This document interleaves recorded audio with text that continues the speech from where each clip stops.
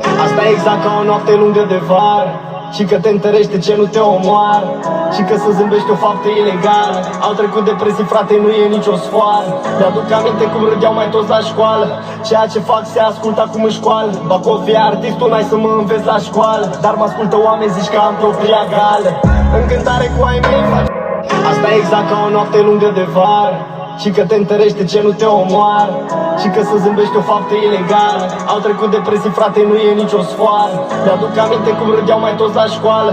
Ceea ce fac se ascultă acum în școală. Bacov e artistul, n-ai să mă înveți la școală, dar mă ascultă oameni, zici că am propria gală. În cântare cu ai mei faci. Asta e exact ca o noapte lungă de vară, și că te întărește ce nu te omoară, și că să zâmbești o faptă ilegală. Au trecut depresii, frate, nu e nicio sfoară. Mi-aduc aminte cum râdeau mai toți la școală.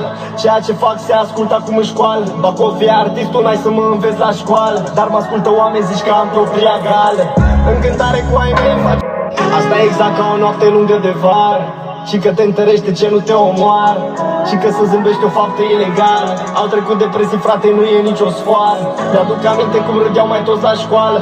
Ceea ce fac se ascultă acum în școală. Bacov e artistul, n-ai să mă înveți la școală, dar mă ascultă oameni, zici că am propria gală.